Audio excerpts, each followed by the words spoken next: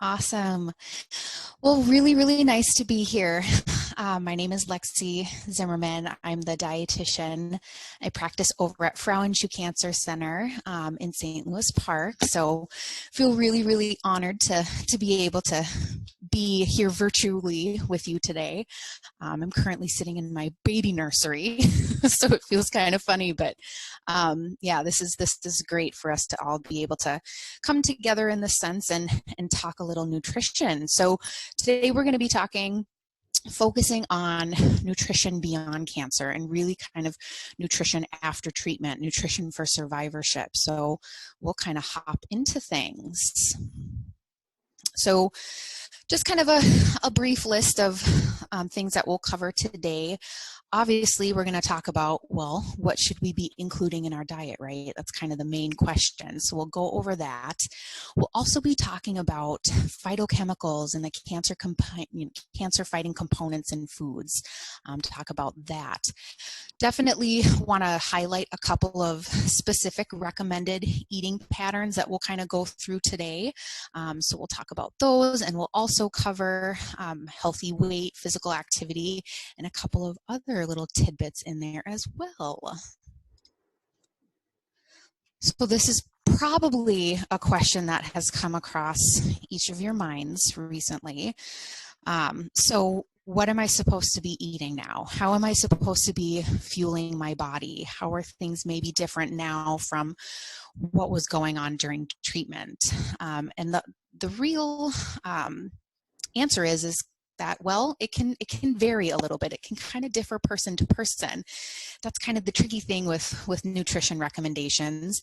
But in general, nutrition recommendations can be really different compared to what was going on during treatment and kind of what we're focusing on now. Some examples of this might be, if you were having a lot of GI upset during treatment, we really kind of might have needed to focus more on doing lower fiber foods or eating lower fiber in general. Or maybe you were having a lot of difficulty getting solid foods in, or maybe even soft foods, and we had to kind of focus maybe more on liquid sources of nutrition during treatment. Those things, generally they're pretty different. And a lot of times during treatment, we're kind of looking at nutrition in terms of, okay, well, how can we really help with symptom management, and kind of how can we work around some of those treatment related symptoms to make sure that we're still getting the nutrition in, but that it's the way that you're able to tolerate that easier. And for some of you, you might still be experiencing some of those symptoms. So some of the things that we talk about today, they're going to be goals, but you might not necessarily be ready to kind of start jumping into that yet. So the goal eventually is to move toward, the eating patterns that we will discuss today, but really kind of listening to your body and assessing, okay, am I ready for that yet? All right. So we got to have lots of fun pictures with color, right? So what do we want to include in our diet? And this you've probably heard before. We really want to focus on plants and plant-based foods, plant-based eating. You might have heard that term before, and we'll definitely talk more about plant-based eating and what that means as we go through the presentation today. But I think a lot of times too, when we think about plants, we automatically think of leafy green vegetables and fruits. But there's other plant-based sources of foods out there, our whole grains, and then our lovely plant-based protein sources. So our beans, our legumes, nuts, seeds, those types of things that we generally don't tend to see a whole lot of in the Western diet, but that we want to really start implementing those more as kind of staples in our eating patterns. Along with these plant foods, absolutely fine to still include some lean protein sources from animals. So our fish, our lean poultry, lean red meats, a little more, and leaning on those a little less than maybe we're used to. Generally recommend kind of trying to do lean beef or pork, less than 3 to 4 times a week, but we'll talk a little bit more about that as we kind of go through our presentation here today. And then low-fat dairy products, so kind of that skim or 1% dairy product is certainly fine to include as well. Okay, so phytonutrients or phytochemicals. So those are the same thing, two terms, but you can use them interchangeably. And so these are categories, or they're components of foods that are really the cancer fighters. And there's thousands of them. I wish that we could talk about each one individually, but there's definitely a couple that I do like to highlight in terms of just kind of what we talk about today. And I think the ones that we tend to hear about the most are definitely those carotenoids. So our beta carotene, our lycopene, things that generally come from kind of our orange and red categories. Those are really, really important to include in our diet. Along with those lovely cruciferous or brassica vegetables. And that word up there is a tongue twister, I know it, isothiocyanate. But those components, in terms of what we see in the lab studies, they've really been shown to help block tumor growth, limit production of cancer-related hormones. These phytonutrients or phytochemicals, they act as strong antioxidants in our body. So the important thing is including them and including a variety of them. The one that I like to kind of highlight too is this little guy at the bottom here, our inositol, that's coming from our whole grains and nuts. And so a lot of times when we talk about phytonutrients and cancer-fighting components in foods, again, our mind might kind of go to that, oh, our spinach, our tomatoes, and yes, that's valid, but there's also a lot of wonderful phytonutrients that we get from these whole grain products. And that inositol, that's really embedded in the bran of the grain product. So again, important to include the whole grain source. We wouldn't get the same effect, or we wouldn't get that phytonutrient coming from more of the kind of the refined types of grain products like our white breads and rices and things like that. And this is a really nice resource. I do like to highlight it because I've had a lot of great feedback from people, and I'm going to toggle over to this different screen and hopefully it worked. Okay, let's see here. But the American Institute for Cancer Research is a wonderful, wonderful resource for nutrition and cancer information. If you haven't looked at it, I would really highly recommend taking a peek. And this is just, one nice resource that they've got. But I like to point it out. And so the way to kind of look at this and use this is, obviously it's not necessarily one single food that we're looking at here that can affect your cancer risk or your cancer recurrence risk. It's really getting a variety of the different foods in. So, let's say we're interested in looking at blueberries. And why are we interested in blueberries? Well, this gives a really, really nice intro into, okay, what's in blueberries that we care about from a nutrition and oncology standpoint? There's a lot of different things oftentimes. And so all of these different things are in the category of phytonutrient. It also gives a nice kind of synopsis of what we see in the current research. So again, nice information there, and interpreting the data, what does this all mean?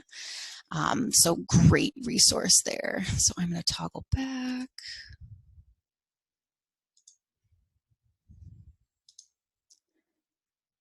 Okay. But again, our color. So I'm going to take you all back to elementary school, where we heard eat a rainbow, right? And there's really a reason for that. I mean, we get these different phytonutrients from getting different colors of foods in our diet. And there's actually a nice resource in the link that was sent out in the Zoom email today, the Heal Well booklet that was sent out on page 7.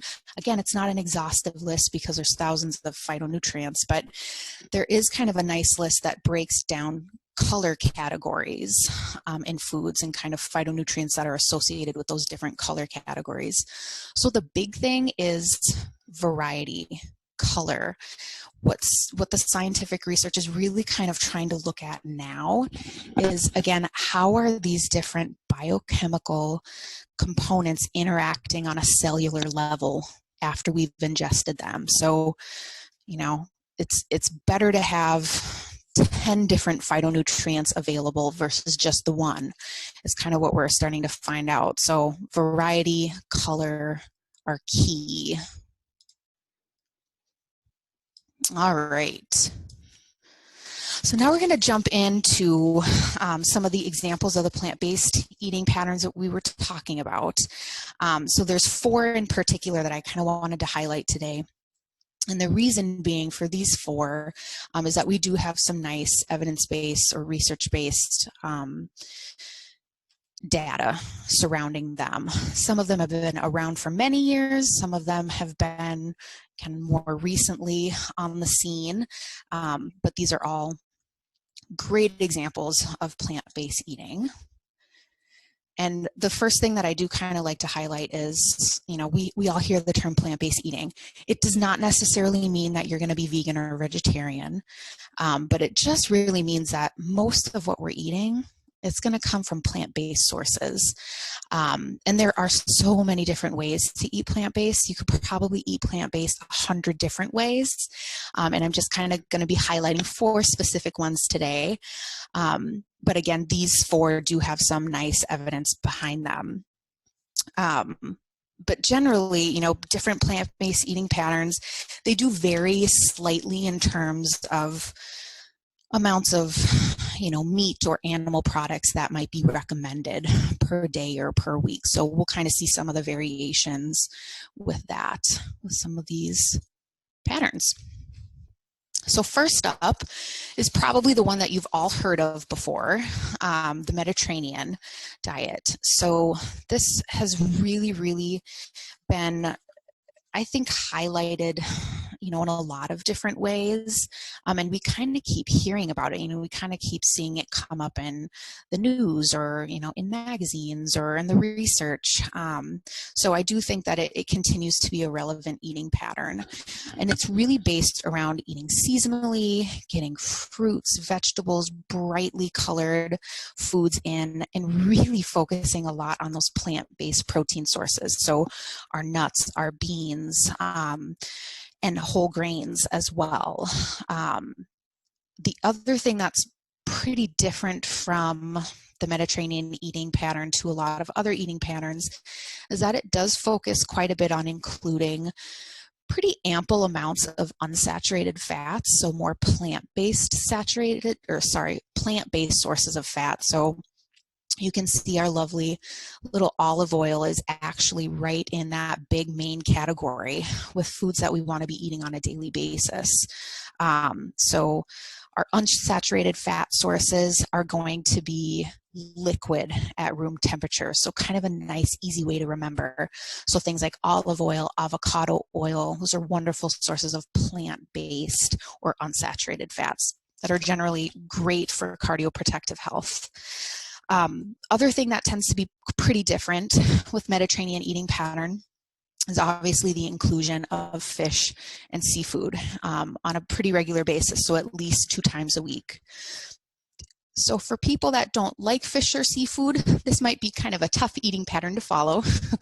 You can still draw on a lot of the other great aspects of this eating pattern, but the fish and seafood at least twice a week is a pretty big component of the Mediterranean eating, so kind of keeping that in mind. Kind of moving up the pyramid here, we see that poultry, eggs, cheese, those things are all still allowed, but it's a lot less regularly than we're typically used to. Over in the Mediterranean, people aren't technically, they're not typically drinking milk with their meals. They're really getting that from cheeses and maybe yogurts, in those types of sources. And they're maybe only having that 1 to 2 times per day. And the other thing that I think is definitely stands out and is interesting is kind of at the very tippy top. They've got red meat. They've got a nice steak in the same section as their dessert. So trying to really work away from using as much of the red meat, and kind of thinking that of that as kind of a special occasion or a sometimes food. So kind of the big things with Mediterranean diet there. The only thing that I would kind of change about this from a cancer risk standpoint is the wine on here. So, and we'll talk a little bit more about this too, but generally wouldn't recommend regular consumption of alcohol of any kind for anyone that has had a history of cancer. So kind of keeping that in mind too. Okay, moving on to the DASH eating pattern. So some of you might have heard of this before. It used to be kind of just called the DASH diet, and it kind of came about in the 1990s as really a way to focus on cardiovascular health. And so the acronym actually stands for Dietary Approach to Stop Hypertension. So there is a low sodium component that comes along with this eating pattern, you know, in addition to the plant-based eating focus. But there's a lot of great research behind the DASH eating pattern. So I do really like to bring this one up.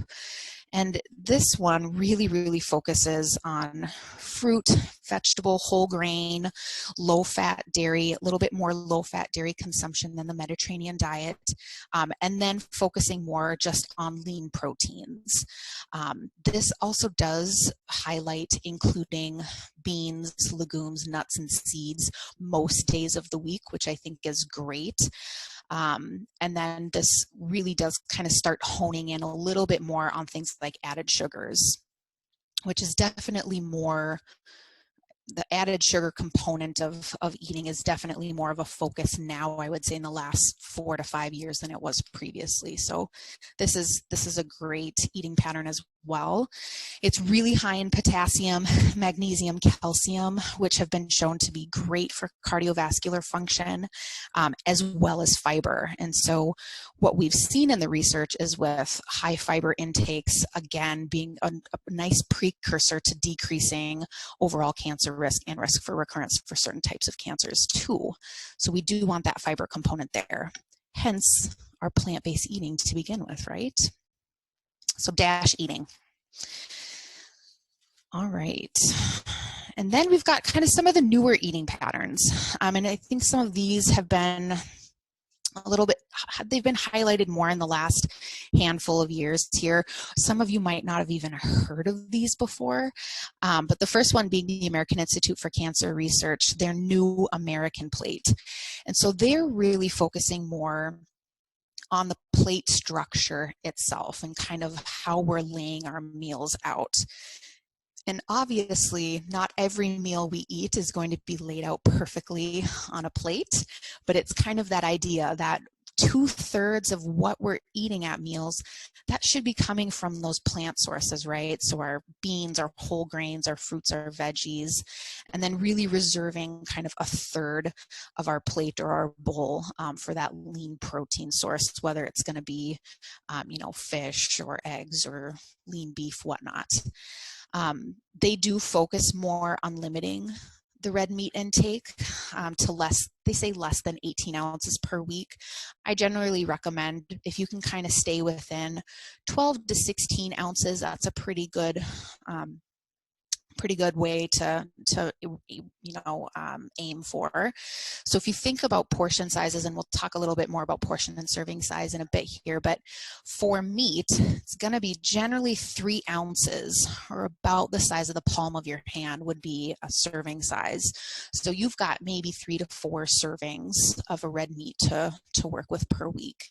And then when you are doing red meats, trying to choose leaner versions of those things. And again, our fiber. So they're really encouraging people to aim for more than 30 grams of fiber per day, which is quite a bit.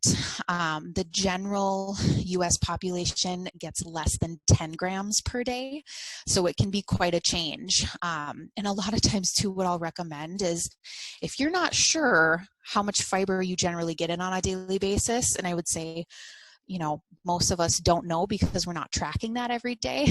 It can be helpful to track your fiber intake for a couple of days just to get a sense of, okay, where am I starting at?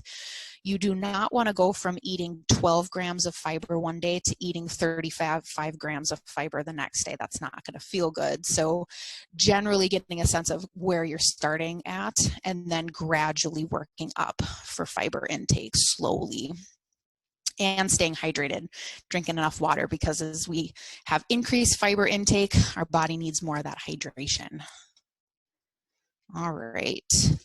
And then we've got, kind of last but not least, our USDA My Plate. So this actually took place of our US food pyramid probably 10 to 12 years ago now. So again, it really focuses on kind of that overall plate structure. And so you can see how it differs slightly from the American Institute for Cancer Research, their New American Plate. They're focusing kind of more about half your plate, or half of what you're eating at meals, should be coming from fruits and vegetables. And ideally, we're focusing on non-starchy vegetable intake here. So generally, you know, trying to aim for 2 to 3 cups of those non-starchy vegetables per day.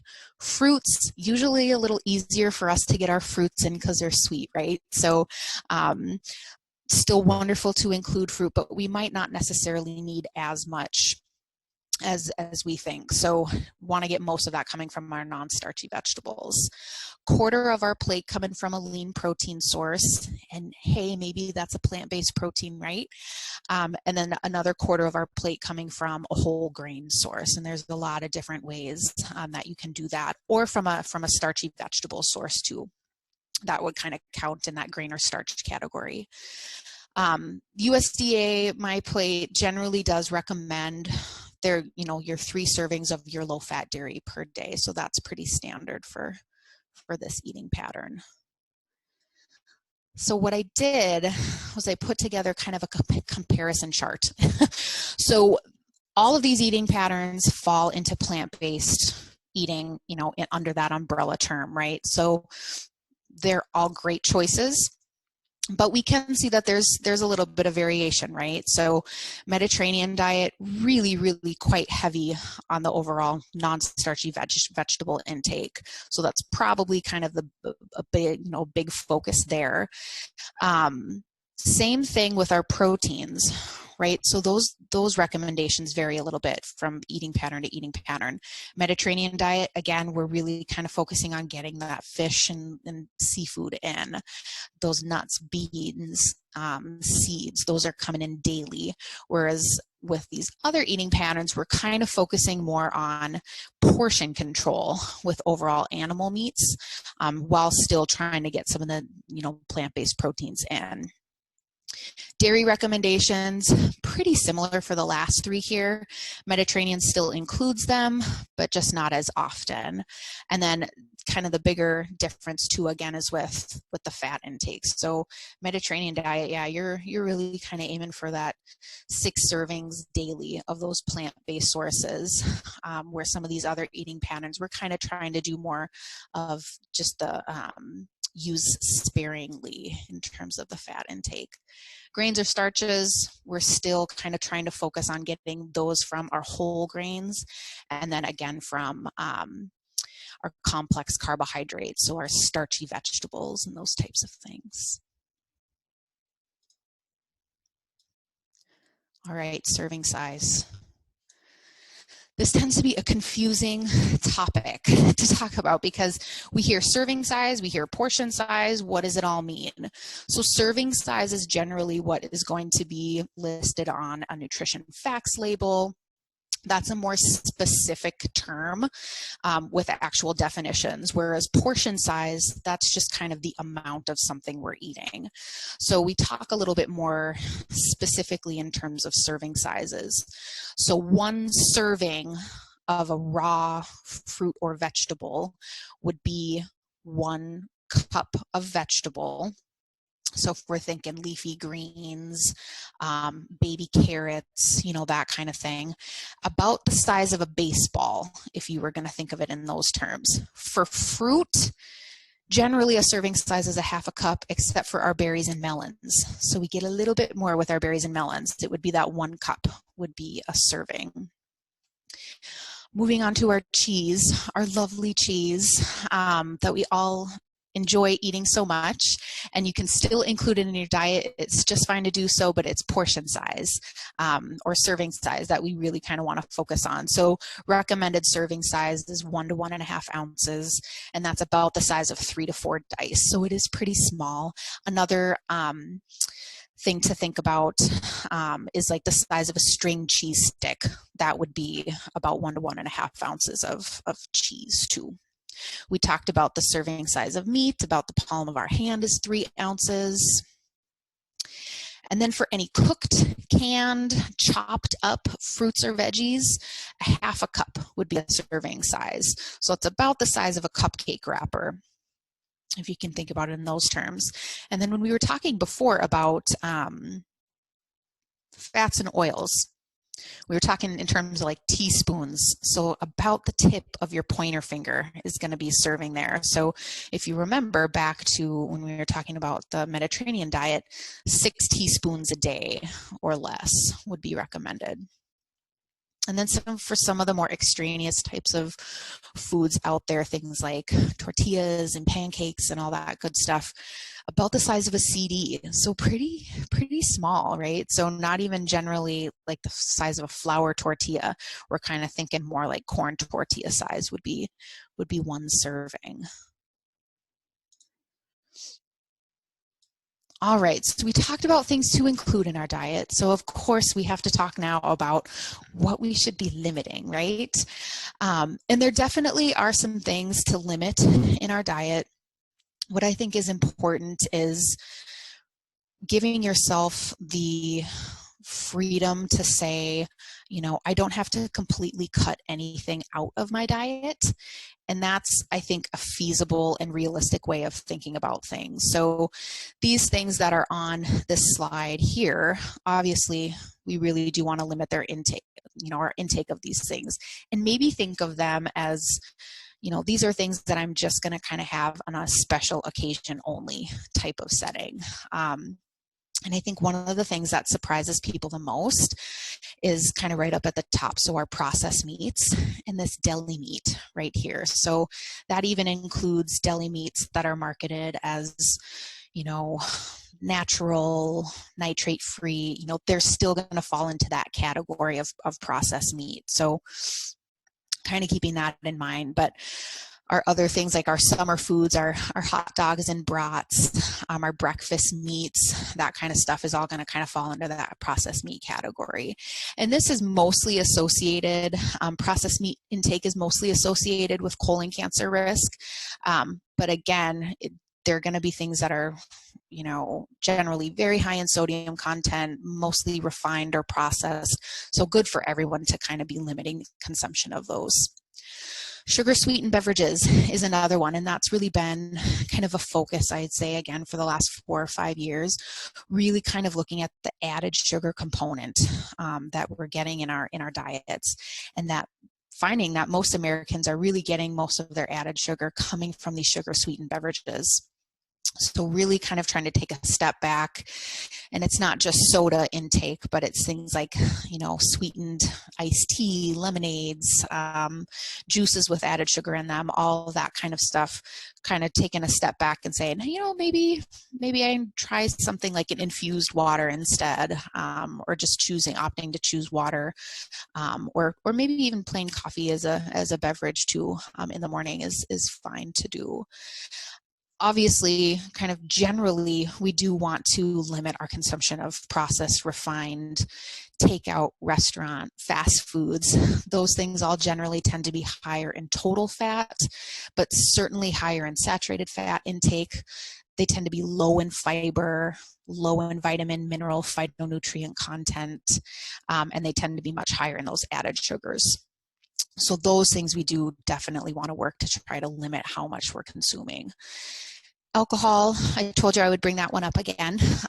So the American Institute for Cancer Research, they really recommend, that there isn't necessarily a safe amount of alcohol for any of us to be drinking, but especially if you do have a history of any type of cancer. So their recommendation at this point is if you do drink alcohol, no more than 1 drink a day for women, and then for men, no more than 2 drinks a day, which is actually, if you think about it, that's still kind of a fair amount of alcohol. So oftentimes what I'll recommend is, again, saving those things for kind of special occasion events only. And I think, this is important too. Serving size, again, right? It comes up for foods, it comes up for alcohol. And I think this is kind of more relevant now too, because we've seen such a shift or such a change in a lot of the types of alcohol and types of beverages that are out there. I know the craft beer scene, that's been really, really popular for the last handful of years. And so for a craft beer, that's going to be more like an 8-ounce serving versus like a regular can because of the alcohol content being so much higher. I always do highlight wine for any of the ladies that are here. 5 ounces, that's just about a half a cup. So that's the amount that we get poured at the restaurant and then we're kind of upset about. So that is an actual recommended serving size. So just kind of keeping that in mind too. And then bringing up dietary supplements. So we really, really want to focus on foods first. Our body uses the nutrition that we get from foods much more readily than from any type of supplement. Obviously, if your doctor or your care team has recommended that you supplement with, a certain type of vitamin or mineral or anything along those lines, you would follow those recommendations.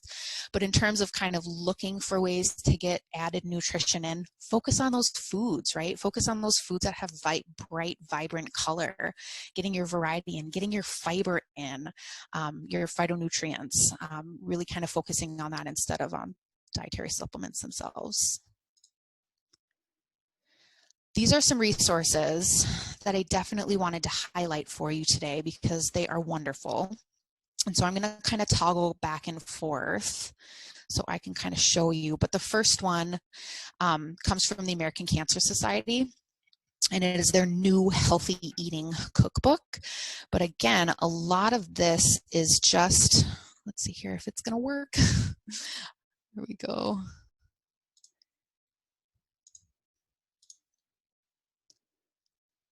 Okay.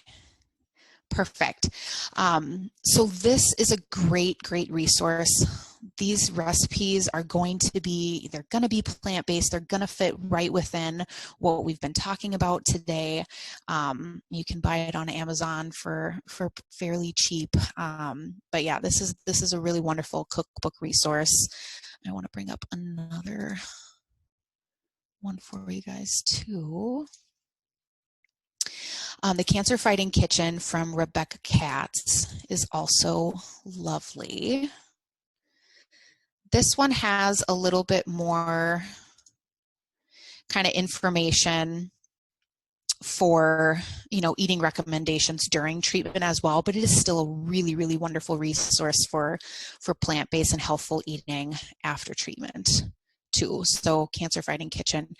She's a very interesting person. If you guys haven't heard of Rebecca Katz before, but she's got a master's of science in nutrition, and she's also a professional chef and worked as a professional chef in New York City. And so she's got a really, really interesting professional background. But this is a really great resource, and a lot of people that I work with say that they enjoy this specific cookbook. And then the last one I want to show you guys is cookforyourlife.org. So it's actually a website, and they actually just completely revamped their website as of this weekend, which I just found out this morning. And for some reason, it's kind of coming up a little wonky on my internet page now, but it should come up normally for you when you pull it up, but it's cookforyourlife.org. But they've got a lot of wonderful resources. They're a nonprofit organization that's connected with the Fred Hutch Cancer Research Center out in Seattle, Washington. And they've got hundreds and hundreds of recipes that, again, fall right in line with what we've been talking about today.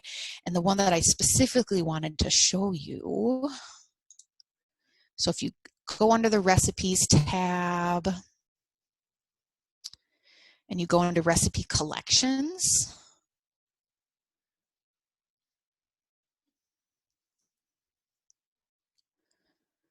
they actually have right off the bat, here you go, your cancer protective diet. So your cancer fighting plant-based recipes. So you can view collection, and again, just tons and tons of recipe ideas from Cook for Your Life. So really, really, really great resources to know there. Okay. All right. So we'll kind of keep moving on through. So in terms of what to kind of think about along with healthful eating, what should we be including? What should we not be including in our diet? One thing that we want to kind of take a step back to is, what is our weight looking like? Things may have changed during treatment. You may have lost weight. You may have gained weight. So really kind of looking at our weight status is definitely an important factor for cancer risk and cancer recurrence risk. Second, from not smoking, being at that healthy weight is one of the best things that you can do for yourself. So I do think that that's something that's important to bring up and just kind of be aware of. And one thing that I think is helpful too is getting a sense of, okay, well, what is a BMI and where am I in terms of BMI category? We hear BMI, that term, a lot, but we are wanting to kind of aim for that healthful BMI range of about 19 to 25. And I know this is a little blurry, but if you can kind of, read it to get a sense of kind of where am I falling in terms of BMI categories and ranges here. I know the National Institute of Health, they also have a BMI calculator online that you can use, and that's super user-friendly. So if you're looking at this and you're kind of over that 25 mark, kind of thinking, okay, maybe there are some things that I can kind of start doing to kind of work into this healthy weight range. Or if you're under that 19 BMI, kind of what are some things that I can do to kind of get myself into this healthful BMI range. So BMI is just body mass index. So it's basically your weight based on your stature. So aiming again for kind of that 19 to 25 range for BMI. And of course, with weights and healthy eating and all that good stuff, we got to talk about physical activity, because that's always an important piece of the puzzle. And I think a lot of times that kind of gets left, or kind of we don't talk about the physical activity component as much. And what we see through the research is that it's extremely important to get that physical activity in. We really, really have seen, and specifically with physical activity after treatment is completed, it's linked to so many different wonderful benefits. Things like improved quality of life, helping with that fatigue component. That's such a huge factor that a lot of you guys are dealing with. Improved mental health and well-being, all of those things, we want to take advantage of that stuff. And the research is showing that, yeah, it really does make a difference. So we definitely want to pair that physical activity along with healthful diet and healthful weight. So the idea is to try to, number one, find things that you enjoy doing, even if they're, maybe silly to other people. But the idea is to kind of try to work up to getting 150 minutes of moderate level physical activity spread out throughout the week. And that moderate level physical activity is defined as activity that you can do and still maybe carry on a conversation with someone, but you would be too out of breath to sing a song.